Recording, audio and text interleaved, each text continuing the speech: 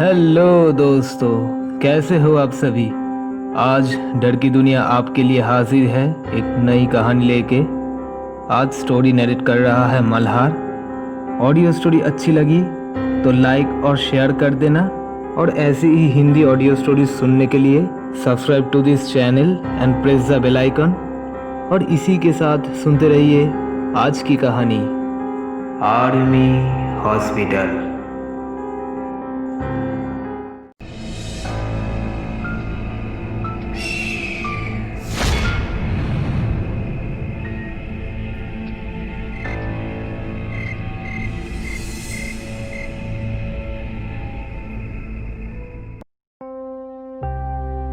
बात उन दिनों की है जब मैं कॉलेज का एक स्टूडेंट था। अपने कॉलेज की ओर से हम सभी कैंप के लिए एक जंगल में गए थे। हालांकि ठंड थी, अतः रात में हम सब ने पूरी रात कैंप फायर के साथ डांस करने, गाने आदि का प्रोग्राम तय किया। मुझे और सभी साथियों को कैंप फायर के लिए लकड़ियाँ इकट्ठी करने का भार सौंपा गया। मैं निकला तो सबके साथ ही, लेकिन जंगल के प्राकृतिक सौंदर्य में भटकता हुआ अकेले बहुत दूर कहीं निकल गया। अचानक आसमान बादलों से भर गया और गरज के साथ बारिश होने लगी। बादलों के लगातार गरजने से मैं पेड़ के नीचे खड़ा रहना मुनासिब न समझ आसपास किसी घर की तलाश में एक दिशा में भागने लगा। मुझे कुछ ही दूर पर एक लाल ईंटों से बनी शानदार बिल्डिंग नज़र आई। बिल्डिंग रोशनी से पूरी नहाई हुई थी और उसमें ढेर सारे लोग थे, ऐसा दूर से ही लग रहा था। मैं तेज़ी से भागते हुए उस बिल्डिंग में जा घुसा और सामने से आती हुई एक खूबसूरत नर्स से टकराते टकराते बचा। नर्स ने मुझे घूर कर देखते हुए कहा, बहुत अधिक भीग गए हो, सर्दी लग जाएगी। उधर बाईं ओर एक स्टोर रूम है, वहां जाकर जो भी मिले उससे कहना सिस्टर जूलिया ने दूसरे सूखे हुए साफ कपड़े मुझे देने को कहा है, वह तुम्हें कपड़े दे देगा। मैं हक्का वक्का मुंह फाड़े सिस्टर जूलिया को देखते रहा। मुझे एकदम से ये समझ नहीं आया कि मैं क्या करूं। मेरी स्थिति को देखकर सिस्टर जूलिया खिलखिलाकर हंस पड़ी और बोली, पहले तुम अपना मुंह बंद करो, वरना मुंह में मच्छर घुस जाएगा। और अब जाकर वैसा ही करो जैसा मैंने कहा है।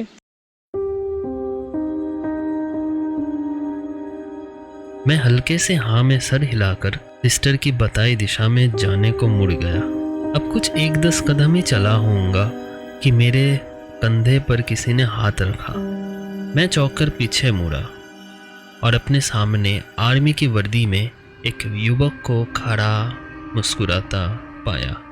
मेरे चेहरे पर आश्चर्य का बादल अपना घर बना चुका था, जिसे देखते ही उस युवक को हंसी आ गई। उसने धीमे किंतु दृढ़ स्वर में कहा, मैं कैप्टन विनोद हूँ और ये हमारे देश की आर्मी का हॉस्पिटल है। कैप्टन विनोद की बातों ने मुझे आश्वस्त किया। मैं अब धीरे धीरे अमान्य हो गया और मैंने कैप्टन विनोद को सिस्टर जूलिया की कही बातें बताई।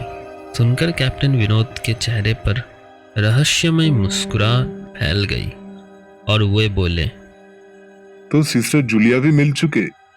जी, क्या मतलब है आपका? कुछ नहीं, चलो मैं तुम्हें सूखे कपड़े देता हूँ, चेंज कर लो, नहीं तो सच में सर्दी लग जाएगी। और मैं कैप्टन विनोद के पीछे पीछे एक बड़े से कमरे में पहुंच गया। कमरे के चारों ओर हरे रंग के पर्दे लगे हुए थे। एक बड़ा सा बेड पड़ा हुआ था और उसके सामने एक सोफा था।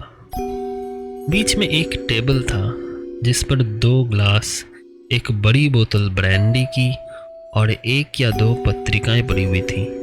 कमरे के एक कोने में एक बड़ी सी अलमारी थी, जिसमें से कैप्टन विनोद ने एक आसमानी रंग का कुर्ता पैजामा निकालकर मुझे दिया और कमरे से लगे बाथरूम की ओर इशारा किया। मैं बाथरूम में से कपड़े चेंज कर जैसे ही निकलने लगा मेरी नज़र बाथरूम की एक दीवार पर पड़ी। वो खून की छींटों से भरी हुई थी और जल्दी से बाहर निकलने को मुड़ा कि बाथरूम में लगे आईने में खुद को ही देखकर चौंक गया। आईने में मेरा पूरा शरीर तो नज़र आ रहा था, लेकिन मेरे शरीर पर से मेरा सर गायब था।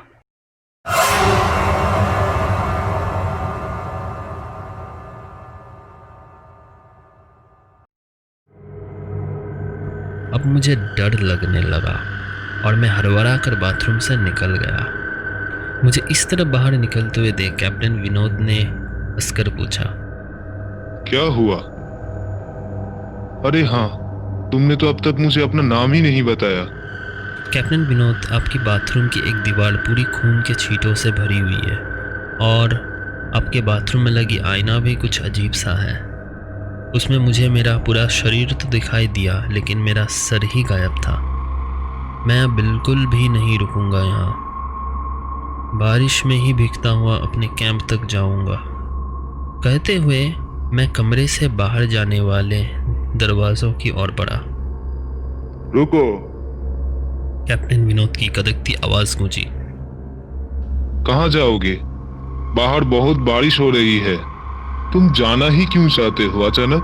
मैं समझ नहीं पा रहा हूँ। जी, क्या मतलब है आपका? मेरी आवाज में डर भर गया था। तुम तब तक यहाँ से नहीं जा सकते जब तक मैं तुम्हें कुछ बता ना दूं। क्या बताना चाहते हैं आप?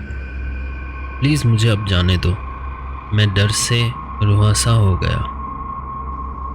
नहीं, बिल्कुल भी नहीं। और तुम्हें मुझसे डरने की भी कोई जरूरत नहीं। सैनिक सबकी रक्षा के लिए होते हैं। मैं भी तुम्हारी सुरक्षा ही कर रहा हूँ। आओ, मेरे साथ इस सोफे पर बैठ जाओ। कैप्टन विनोद के स्वर में कोमलता थी। मैं तुम्हें एक कहानी सुनाता हूँ। कहानी खत्म होते ही तुम्हारे कैंप तक जीप से छोड़ाऊंगा। वैसे भी तुम अपने साथियों से काफी आगे निकल आए हो। वहां तक तुम अब चलते हुए शायद पहुंच ना पाओ। कैप्टन विनोद के स्वर में जाने कैसे आश्वस्ति थी। मैं जाकर उनके बगल में बैठ गया। कैप्टन विनोद ने कहना शुरू किया। दुश्मनों ने धोखे से हमारे अस्पताल को अपना निशाना बनाया। दुश्मन देश के 2 सैनिक हमारे सैनिक के बेश में एक हमारे ही घायल सैनिक को लेकर आए। वो घायल था और हमारे देश की सेना ने उसे बहुत ढूंढा, लेकिन नहीं मिला था। शायद साजिश के तहत उसे घायल होते ही घुसपैठियों ने कहीं छुपा दिया था। अचानक अपने सैनिक को अपने हॉस्पिटल में पा सभी खुश हो गए और बिना अधिक पड़ताल किए हॉस्पिटल के गेस्ट रूम में घायल को लेकर आने वाले छद्मवेशधारियों को ठहरने की इजाजत दे दी गई। अभी उस सैनिक का इलाज चल ही रहा था कि चारों का ब्लास्ट हुआ और पूरा हॉस्पिटल एक पल में खंडर में तब्दील हो गया।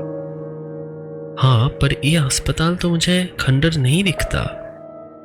जवाब में कैप्टन विनोद ठहाका लगाकर हंस पड़े और मुझ पर एक भरपूर नजर डालते हुए कहा, ये कहानी आज से 10 वर्ष पहले की है। मैं तो 50 वर्ष पहले ही मर चुका हूँ।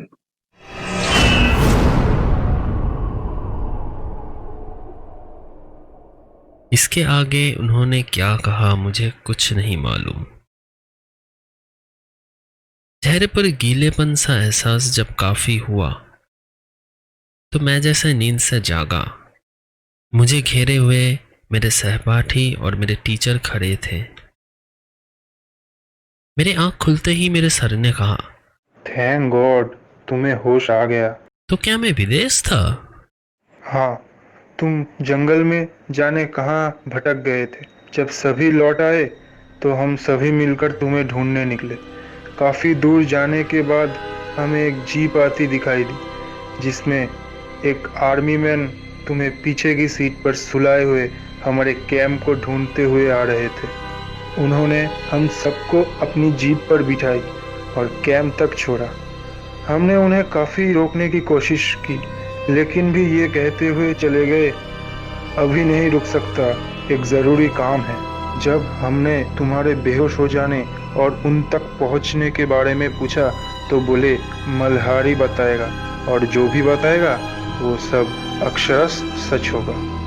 सबकी उत्सुक निगाहें अपनी ओर लगी देख मैंने धीमे स्वर में बोला, क्या उनका नाम कैप्टन विनोद था? सर ने हाँ के इशारे पे सर हिलाया। मैं सबको उधर चलने को कहा जिधर से सबने जीप आती देखी थी। पहले तो सर तैयार नहीं हुए, लेकिन मेरे बहुत कहने पर वे राजी हो गए। सुबह होते ही हम उधर की ओर निकल गए। मैं उस जगह पर पहुंचकर आश्चर्य में डूब गया। वहां एक अधजला खंडर था जिसके एक टूटे पत्थर पर लिखा था आर्मी हॉस्पिटल।